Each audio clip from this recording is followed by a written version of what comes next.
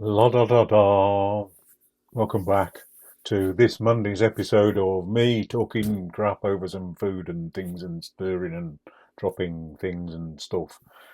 How are you? I hope you're well. It is a lovely, lovely day today. I think we're going to get up to a heady 22 degrees, which for this country, being the UK, is quite a thing. There'll be people walking around in silly shorts and strappy dresses and things that English people do when the yellow thing in the sky arrives.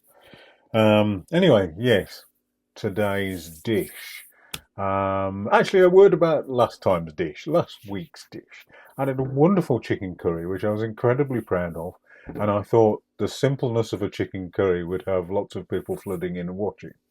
As of this moment, as 22 people have watched it, which is, I genuinely no, I don't think it's lack of interest. I think it's the YouTube algorithm just doesn't throw it into people's profiles when they log on or have a look at YouTube. I just don't think I exist sometimes. Um, so yeah, if you get a chance, go and have a look at last week's video. It's really, really good. It turned out to be one of the best curries I'd ever made.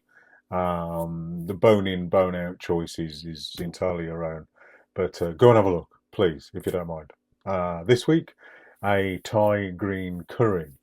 And another one that's turned out to be one of the best Thai green curries I've made. I went to search in our local Chinese supermarket, and most cities have got them, so there's no real excuse anymore. You don't need to go into, your local supermarket and pick the crappy jar that says Thai green curry and looks like some goo from Doctor Who. This is a decent Thai green curry paste, I found, and it's used by a lot of Thai people. So I found not many people make the Thai green curry paste from scratch. They tend to use really good Thai green curry paste, and this is one of them that I found. All of the ingredients readily found, apart from Thai basil, which was in a freezer section, and Thai lime leaves, which I couldn't find at all, but I replaced with a squirt of lime juice. Yeah, that's it. Let's get on with it. The final picture is in dishes given to us as a present by my wonderful nephew Naren and his wife Bav, who I think of as friends rather than family. Wonderful people, lovely little dishes as well. So they're in the photo at the end. Right there. Anyway, waffle over. Let's get on with it. Right, board of goodness once again. Um, 2 tins of coconut milk, about 3.5 tablespoons of a green curry paste. Get a good one. See if you can find a Chinese supermarket near you and get a good one. Don't get the rubbishy, cheap jars that you find on the average supermarket shelf because they taste of nothing. In fact, I find them offensive. It's how badly they taste. Get a good green curry paste. A lot of Thai people use curry paste. Not many people make their own fresh. So you're not cutting too much of a corner here. You're not cheating. You find just the best green curry paste you can. I'm going to use duck in this. You can use chicken, you can use prawn, but today's going to be a duck. And there's about 400 grams of that, which I shall chop up roughly. 2 tablespoons of brown sugar or palm sugar if you can find it. 2 tablespoons of fish sauce, as good a fish sauce as you can find. The veggies, we've got a tin of bamboo shoots. I'm going to throw in a couple of baby corns, about half a yellow pepper and 2 or 3 mushrooms. Not an awful lot. We're going to throw in some Thai basil cubes. You can find this in the freezer section. You don't tend to find them on the normal shelves of a supermarket. We're in the freezer section, these little pods, and I'm going a couple of tablespoons worth of that. 250 ml of a chicken stock, or whatever stock you want to use. Vegetable stock will be fine.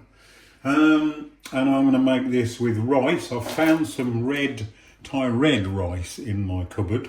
You can use jasmine, probably use jasmine. I'm using this because I found it, and I'm going to do it with pineapple, so it'll be a pineapple rice. So I think we've got everything: meat, veggies, sugar, paste, fish sauce. Yeah, off we go. So you start with about 3/4 of a can of coconut milk, and I'm going to put it on a slow simmer And what I'm looking for really is for the oil in the coconut to start separating out from the milk of the coconut. It might not do that. Apparently, according to some of the recipes, sometimes it doesn't do that. Depends on the quality of your coconut milk or what day of the week it is and all that kind of rubbish. So I'm going to give this 3 or 4 minutes to see if it does what it's supposed to do, and then we'll come back. Can't see anything separating yet, but the idea is to render down, reduce the liquid of the coconut milk anyway. So if it ends up just as a thicker portion of coconut milk, then I think it's done its job. But we'll give it another couple of minutes. So 3 or 4 minutes so far. I'm going to give it another 2 or 3 minutes. I've never tried to reduce coconut milk before. I just wanted to add, it smells incredible. You kind of bring coconut milk. Coconut milk in itself is a gorgeous smelling thing. And you start reducing it down to its sort of thicker creaminess. Oh. Now, as this is the first time I've done this, and I don't know what that separation looks like, I'm going to call this done for now because I don't particularly want to ruin it. I am starting to see bits of oil at the edges, where it's sort of cooking at the edges and bubbling at the edges. So for me, for now, is the first time of doing this. Actually, I can see it now, yeah, at the edge. You start to see the oil coming up from the milk. Oh well, that's what it looked like. So that took about 8-9 minutes.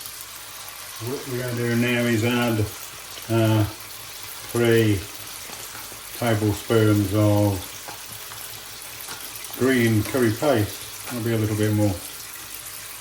And then stir that in. Low heat now, so you don't want to start burning anything.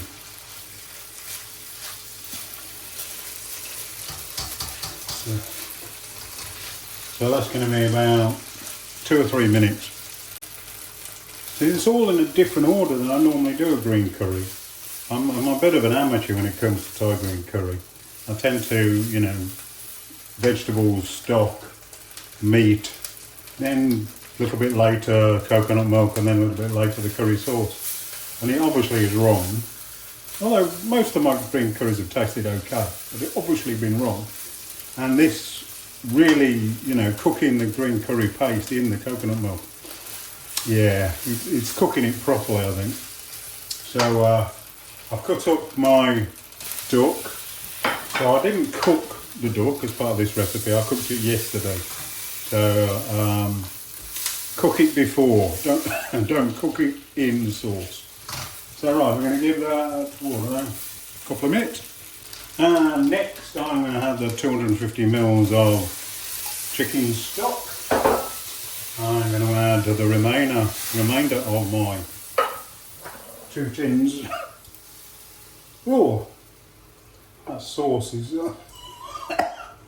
hitting the back of my throat. Right, yes, and a couple of tablespoons of fish sauce. And this is going to cook for about 10 minutes, 15 minutes. I'll check in about 8-9 minutes. We'll see how we get on. So about 8 minutes in, it's tasting really good. So I'm going to pop in the bamboo shoots because they take the longest to cook. I've chopped up another green chilli. So yeah, another 6-7 minutes like this. A couple of minutes later, I'm going to add the sugar.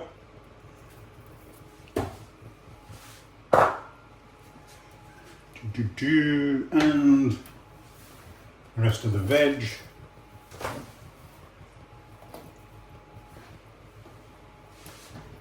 Veg of your choice. You can do mange tout or other such things. Water chestnuts, although water chestnuts can sometimes be a bit chewy.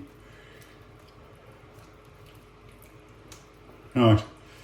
Did I say 6-7 minutes before? So yeah, I think we've got another 4 or 5 minutes to go now. Okay. 2 or 3 minutes later, I'm going to add the Thai basil. So a couple of tablespoons of Thai basil. And we've still got another 2-3 minutes to go. And there it is, at the finish line. Now you're supposed to, if you're being traditional, use lime leaves just to finish off.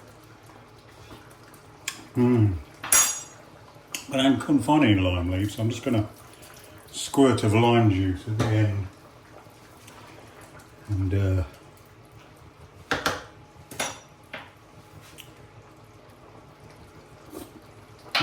perfect.